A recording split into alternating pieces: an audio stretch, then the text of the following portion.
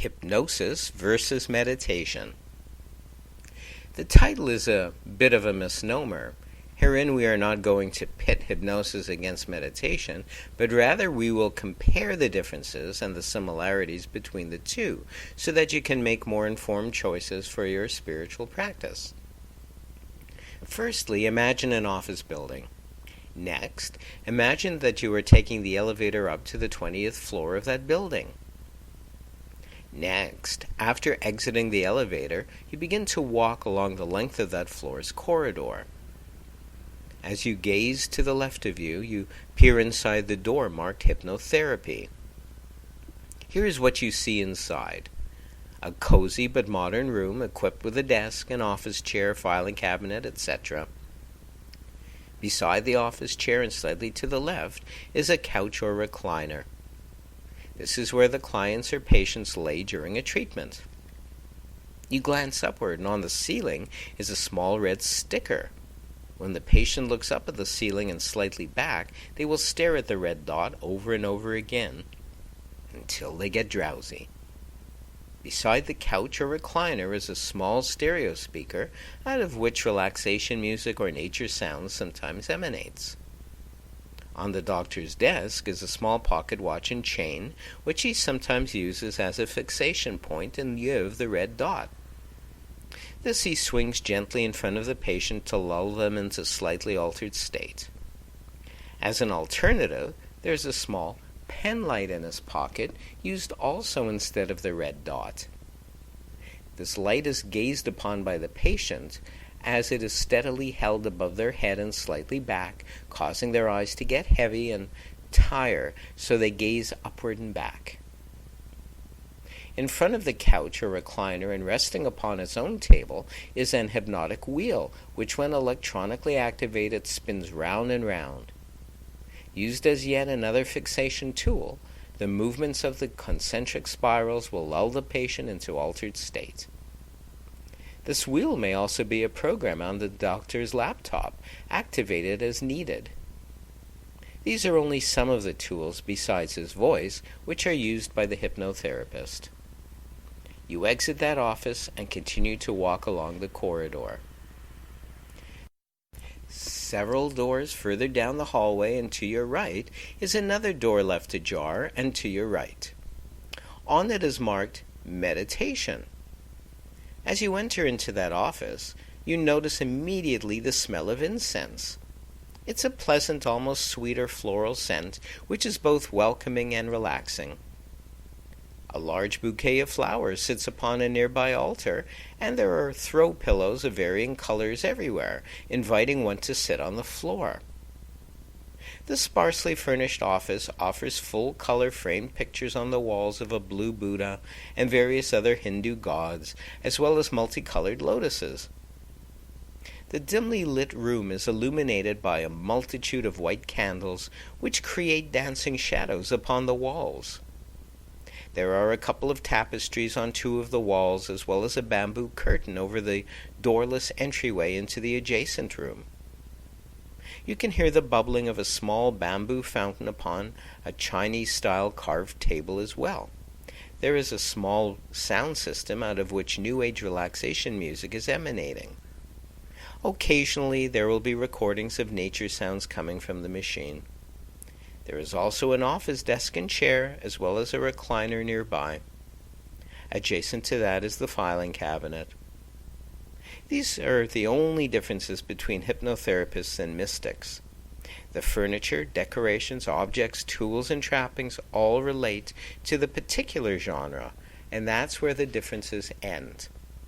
Sometimes a hypnotherapist may also be a mystic and have the luxury of offering his or her clients hypnotherapy, if she is qualified to do so, or meditation, as some clients prefer one over the other for various reasons. Following is what the hypnotherapist and meditation therapist have in common. They both must lull the patient into an altered state, either alpha or theta brainwave state. Alpha is a light meditative state which can help the therapist to alter the patient's unwanted behavior, such as smoking or overeating. Sometimes past lives may be accessed at this brainwave level. Theta is a deeper, near-sleep brainwave state where the subject is more susceptible to suggestions given by the therapist, and those suggestions can go deeper into the subconscious mind and take hold. Life between lives or soul regression may be accomplished at this brainwave state. Besides self-worth and worthiness issues, more mystical issues may be addressed here too, such as divine contact. Both therapists use their voice to lull participants into altered meditative states. The hypnotherapist may use an hypnotic wheel, while the mystic may use his or her voice and the smell of incense for focusing and relaxation. The steps to hypnosis are induction, focusing and concentration, repetition, deepening, suggestions relating to self-esteem, stop smoking or eating less, then awakening.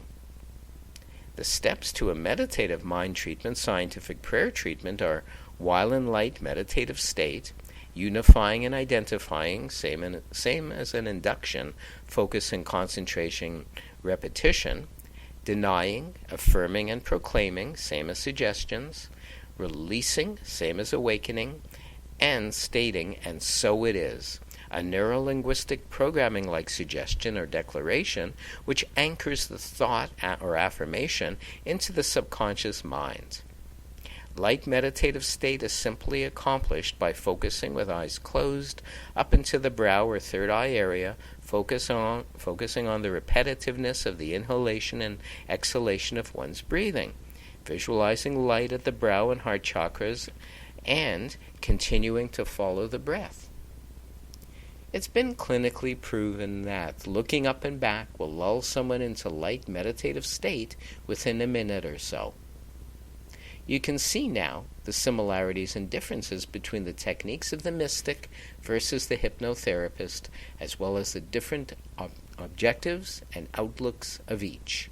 The mystic may be more focused on divine contact, whereas the hypnotherapist may more be focused on altering unwanted behavior. Right here, right now, we become aware of this endless field of love energy in which we reside. We are one and the same with it, individualized expressions of the one, which we are extensions of. As we breathe, so does love breathe. As we live, so does love live.